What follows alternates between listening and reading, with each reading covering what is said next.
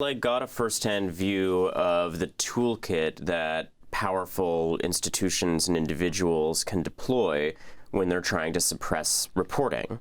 And I saw it on a miniature scale where one mogul did this, frankly, insane maneuver of retaining a private intelligence company that literally hired actors, former military and intelligence people from Israel, to play roles and insinuate themselves into individuals' lives who are around the story. That included sources that I was working with, women who, as it turns out, had allegations of assault against Weinstein. It included journalists working on the story, including me.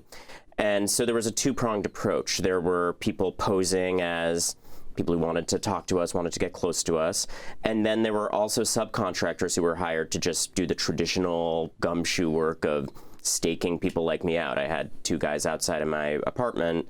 And eventually I was able to get the contracts and all the signatures of the lawyers and prove that this operation was happening, and get sources inside this company, Black Cubed, to describe what they were doing. And actually one of the subcontractors that was following me around all the time, sometimes using some high-tech approaches too, pinging my phone, getting my geolocation data so they could follow me to meetings.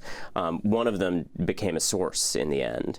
So I wrote a book about this, Catch and Kill, and there's a documentary series on that if people are interested in more. But I did, through that experience, through this relatively low-tech approach to surveillance, get a little picture of how personally devastating it can be to have your private interactions monitored in that way. In this case, there were real stakes because I was talking to whistleblowers around this story who were risking everything and couldn't be uncovered if I wanted the story to go forward.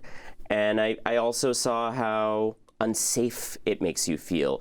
Surveillance of journalists, and this goes for surveillance of dissidents, it goes for surveillance of political opposition members that we see in the film and in the world now so often, is not just information gathering. Surveillance of this type is intimidation, and it shrinks the space for all kinds of expression in democracies.